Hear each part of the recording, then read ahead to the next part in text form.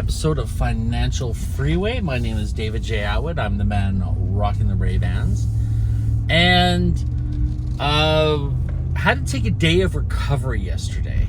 And when it comes to growth in any way, there often needs to be a day of recovery where everything just kind of starts to pile up with regards to your, emotional state or your physical state or even your financial state. And I have been going through, and I'm just going to be vulnerable here to the subscriber I have, to 2 subscribers, sorry, that when I got through the tax season by the skin of my teeth, and I'm trying to get through the next portion of the month, making sure all the bills are paid on time, etc. And it's going to be a little bit lean this month. And I can tell everyone that I've opened up to, I'm going to bounce back. It's going to be fine. This is a temporary setback. And with most people who have, if you're going on a journey of success and abundance, you will understand the peaks and valleys. You'll understand the highs and lows, because when it comes to your journey to success, the first time it happens, it's devastating. The second time, it's still devastating, but a little less. And it grows in the way it impacts you less and less, and that's the way life is. The more things come at you, the more you're able to handle it, and you bounce back a lot quicker. Just think of boxing. You get into the boxing the first time, it might take you days or weeks to get over just the emotional aspect of getting your ass handed to you. But there's a great little meme I saw recently. I just love it. It says, "I've been through the storm so many times that raindrops don't bother me." And I think that's kind of what happens, is you do develop and it's not a callousness, it's not a coldness, it's understanding that this will pass. There's a story about a king who said he wanted he called upon his wisest scholar, and he says, "I want something that'll remind me I want something that'll make me sad when I'm happy. I want something that'll make me happy when I'm sad." So the scholar went out and he got a ring made for the king, and on it he engraved these words, "This too shall pass." And that's really kind of how it is with life. When you're going through a tough time, you have to remember that this will pass. This will end. Wow, that sun is right at the wrong spot for driving. Making it impossible to see the cars in front of me. Totally safe. So that's what gets me through some tough times. But last night, or yesterday I should say, I woke up and I know I think it was even the last video I talked about, get up, show up, dress up, all that stuff. And I feel very strongly about that. But yesterday I absolutely needed a day of recovery. And so I got up, I got my gym clothes on, I made my coffee, and I just needed to take the day. And I just said, it's just not going to happen today. And a lot of times, we have to push through that. We do. And I think it's important to remember that you have to push through stuff. But every so often, and I allow myself one of those days a year, one of those days, and I used that one yesterday, where I got up and I said, not today. I got up and I just could not get through it. There was a lot going on. I had a rough night's sleep. I hurt my back. I had excuses. I had buckets of excuses for not going. But I did say, and I've told my kids this, that you're allowed one day a year. And if you, no matter who you work for, no matter what you do, you're allowed one day a year. You're allowed one day to be off your game and take a little time to circle the wagons and heal. So I got up, I made my coffee, I even started the car, and I was just like, nope, not today. So I sat back down and I said, I'm just going to sit down and tackle some of these intellectual problems I have, these mind games I'm playing with myself. And one of the things I do a lot is when I'm really overwhelmed, I write all my problems down. I write the problems down that are keeping me awake, the ones that are really upsetting me. I write them down on a piece of paper. And I find just by writing them down, just by taking the time to acknowledge them and write them down and start breaking down what is really the problem, what's really happening, why am I having this emotional state where I just can't move out of it. And when I start to write it down, I actually start solving the problem as I'm writing it down. I actually start breaking down some solutions to it as I start putting it onto paper. So I did that. I wrote a list of things. And one of the things I did, because I'm running this convention this year, and there was some confusing emails back and forth from the hotel. So I simply put in there, contact hotel, ensure everything's in check for the convention this November. And I wrote it on a list. I put a little checkbox beside it. And then after I looked at the list, I was like, why did I write this on the list? The amount of time it took me to write this on the list, I could have checked in with the hotel and made sure everything was okay.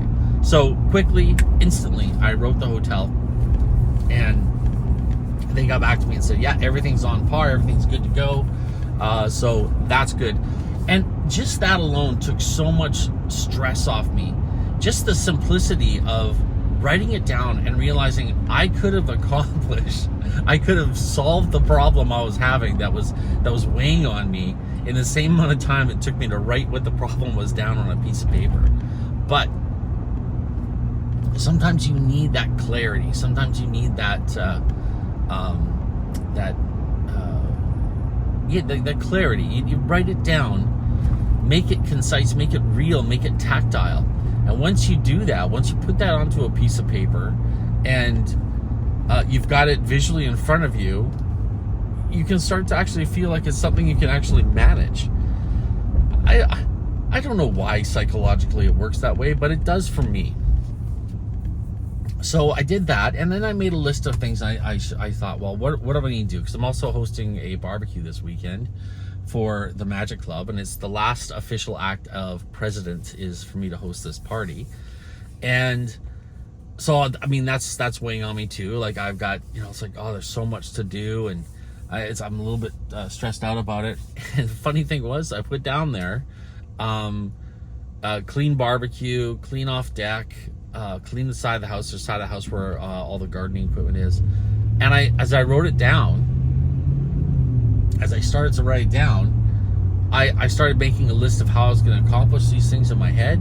Next thing you know, I'm outside. I'm breathing outside air. I'm getting a bit of a sweat on. I scrubbed the barbecue down.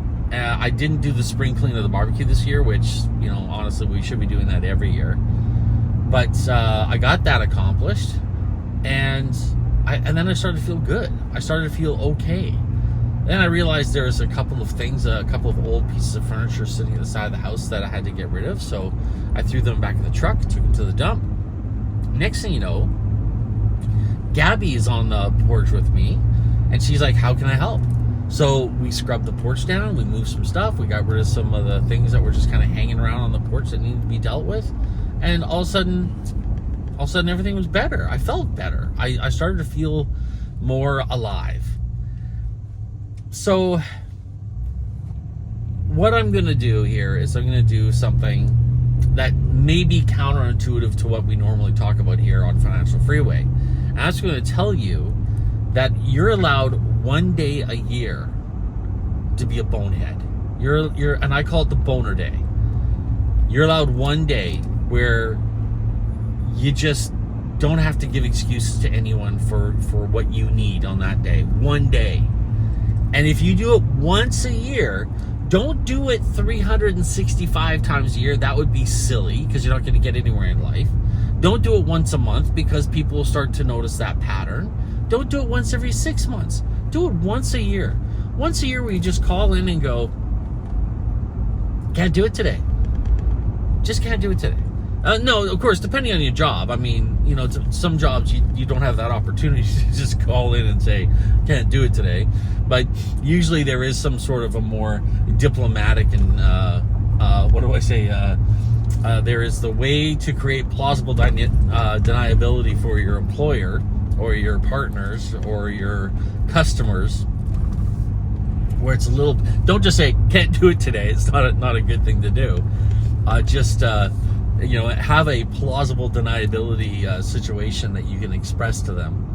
But there is a day, and I think everyone needs to have that one personal day a year where they just go, no, I'm not going to. And it went so far as when the day was done, at the end of the day, after dinner, Gabby said she wanted to go for a walk. And I said, no, I'm just not. Today is the day of recovery and rebalancing, so please enjoy the walk, but I'm not going to be able to do it with you today. And it worked. I woke up this morning feeling recharged, refreshed. I'm back in the fray. I'm ready to attack the issues that I've been just attack the issues, because with life there's always new issues, you know, kind of like the tide. It's coming back. There's always going to be something new. And there's something else. Another guy I watched on YouTube actually said, if you're not going bankrupt at least once every 4 years, you're doing something wrong. I was like, wow, okay, that's pretty intense. But sometimes being kicked back and being kicked down is part of the process. So, you know, it's like, I guess like boxing. If you're going to the gym every day and you're beating the crap out of your sparring partner every day, your new sparring partners, you got to get new sparring partners, because if you keep annihilating the people you're competing with, you're not growing. So I think that was a key takeaway with that from that one. So something else that happened yesterday, and I thought was pretty nice, is Julia put on a little violin concert for me in the kitchen. She came downstairs and she asked me not to record it, and I said please, and you know, I was able to get to record it, so you can hear the level at which she's playing her violin. It's actually really cool. It's a nice, I think it's a Serbian gypsy piece that she's playing for me, and the second one was Paganini, so it was a really enjoyable little treat. But my point, back to the original thing I was talking about, and I think it's important because we like to keep these videos short. The key to two things I think were really prevalent yesterday. Number one, I needed a day. And it's not even a day, I needed a moment. I needed an hour to recover. I needed 1 hour to recover. Unfortunately, that hour started when I should have been on the road to work, to the office. We all need that, and we need to recognize it. The trick is to power through as many days as you can. But if one day you get up and you've powered through this and that and this and that, like I just went through a lot of conversations, and in order to cover my tax bill, I had to draw from 3 different accounts to make it work. And it worked. I mean, that's the thing. But it was a lot of energy, a lot of energy from up here. If you need to take that day, take it, but don't do it often. And I say once a year, have that personal day. Have that day where you just have a day for yourself. And it's allowed to be unannounced or unplanned for. It's allowed. You're allowed to do that. You're allowed to have a day where I just can't do it. You know, and sometimes, in some cases, and I strongly suggest you don't make a habit of this, but sometimes you just go to the office. And that's what happens, right? One day you just get to the office like, I can't do it today. You can't do what needs to be done. You can't fulfill your contractual obligations for that day, for whatever the case is. And I say once a year. Have a boner day once a year, and that's it. But that I'll tell you will set you up for, like, I'm recharged this morning. I'm ready to rock and roll and take on the world. And second, when you do start to feel those moments of I can't do it, I'm overwhelmed, the anxiety, the depression, the whatever is holding you back starts to set in, get outside. Get outside in the rain, in the cold, in the heat. Get outside, walk, lift, sweat. Do something mindless. For me, it was cleaning my barbecue. Getting into that Zen state of cleaning my barbecue. And then once I did that, I was like, okay, now what's the next thing we can do? And the next thing was, well, guess what? Now I'm going to clean the deck. And then I'm going to go to the dump, drop the stuff off. It helps.